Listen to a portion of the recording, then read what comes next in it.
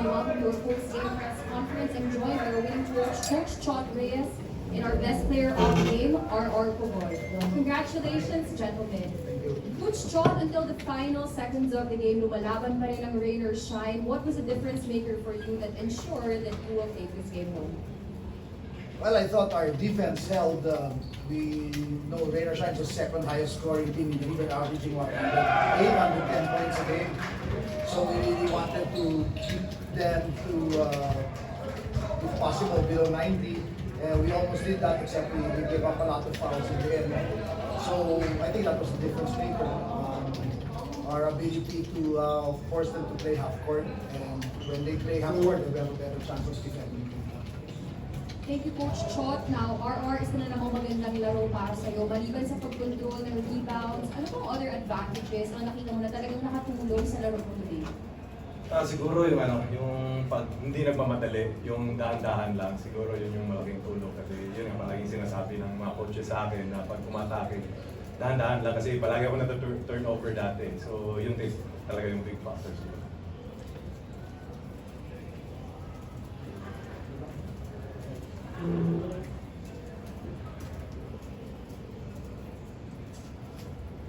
Thank you, RR. Now we would like to open the floor to our friends from the press. Coach, congratulations. Coach, kung game 1, there were times na Rayosin was leading and there were times they were knocking on the door. Knowing that this is your 4th time sa playoffs in the semis, paano yung dynamics this time, especially Rayosin coming off a quarterfinal win over NX, then break Tarito, then Mike Alonso, parang yung mga ganung dynamics ko. It's still the same. Hindi na namin iniisip yung nakaraan. The past series is already history. So that's farthest from our mind. We wanted to make sure that we keep our focus only on this game, on these 48 minutes. And to be very honest, I was very disappointed with our first half. I thought we played pretty sloppy basketball, 10 turnovers, and we had a lot of loose possessions. Luckily, I thought we got a big lift defensively from Poy Eram, anchoring our defense. And when that happened, it allowed us to get opportunities to score. So yun lang, yung nakaraan, hindi na namin yun iniisip. We're only concerned now with the present. And right now, our only concern is the next game, which is on Friday. For sure, they're going to come in.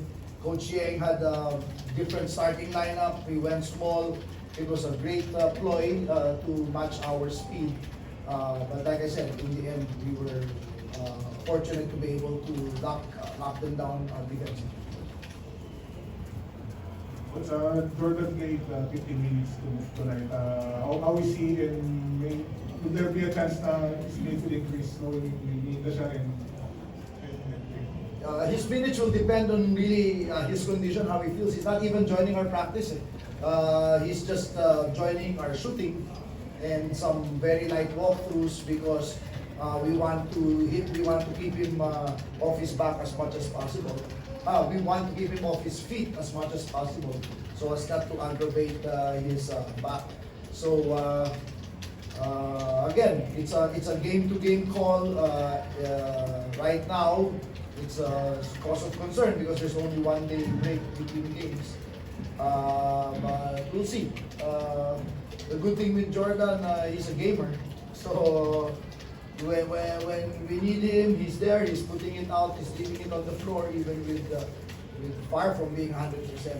But when he's there, it allows guys like Roger a lot of space because they have to. He attracts so much gravity on the other team's defense, so it helps his teammates as well. So, ganun lang yun. We're just taking it from game to game. Coach, could you discuss how you dominated the rebounds? Kasi Rayosin was coming off a series where Tarito had 21 rebounds. Was it focused na to dominate the boards? Yeah, we really wanted to. One of our main discussions in practice was to make sure that we keep them off the offensive glass. And then when they started small, obviously we had advantage in size. And so that's what we talked about in the timeouts, in the huddle. that if they continue to play small, then we have to pound the offensive to make sure that we dominate the boards. And gano'n naman yung basketball, di ba? There's a give and take. You make your decisions, and as coaches, we take advantage of what the situation presents, what situation presents itself. So when they went small, we made sure that we take our advantage. I call it taking advantage of our advantage. 28 Katunay, another high scoring game. Pero yun nga, Boy at 16, BG at 13, Piso 12, Tana 12, Heading 11. Siyempre, malaking bagay na hindi lang ikaw yung gumagawa sa opensa. Yung team namin ganun talaga. Parang yung sinasabi nga ni Coach na hindi kaya ng isang tao lang manalo. Kailangan kaming lahat, we're not the best talented team sa PBA, but gagawin namin lahat para maging best team sa PBA. Coach, ano kay Brian Heruela, any updates sa business? Right now, we're hoping he can come in game 3.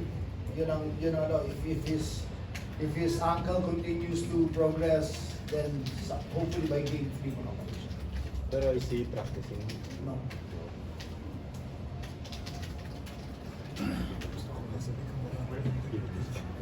And that sums up our post-game press conference. Thank you and congratulations once again to the DOE Drop Light. Bye. Nakatulong sa'yo. Then, it's a player lang tayo.